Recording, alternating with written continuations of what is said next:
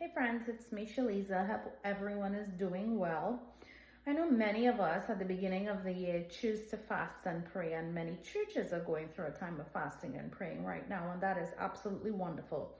As believers, we ought to make it a habit to pray and fast. It divests us of ourselves and our flesh and allows the Lord to realign our steps, allows the Lord to bring fresh passion and fresh fire and just fill us up in a whole new different way. And that's wonderful. And definitely the Lord wants us to continue growing in Him, moving from glory to glory and grace to grace.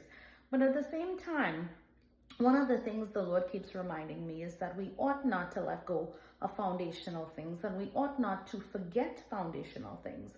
In particular, in this time, the Lord reminds me a lot of the topic of forgiveness, how pivotal, how foundational it is to what we believe as Christians.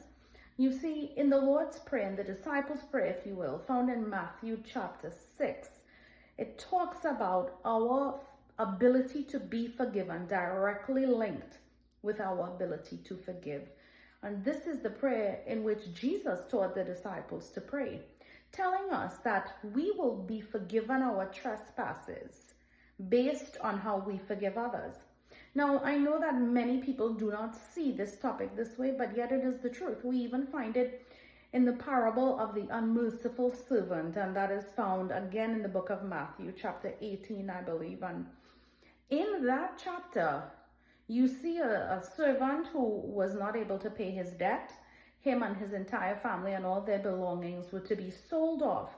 And yet, because of the mercy of his master, he was let go. He was not able, the same servant though, was not able to do the same with someone who owed him money. He threw that person into jail. And his master, when finding out, not only grabbed him, seized him, and put him in jail, but also there's a warning that comes after. Part of the parable is that he was handed over to the tormentor. And then at the end of that chapter, Matthew 18, it talks about that is how God will deal with us if we are unable to forgive.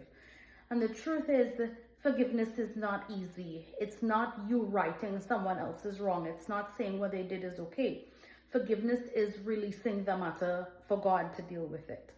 Forgiveness is for yourself. It's releasing yourself from the torment that you feel on the inside when you don't forgive.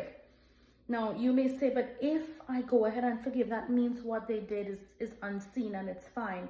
And no, that's not true. Like I said, when you decide to forgive, you resign the matter to the Lord. I know that some of us have suffered deep hurts and deep pains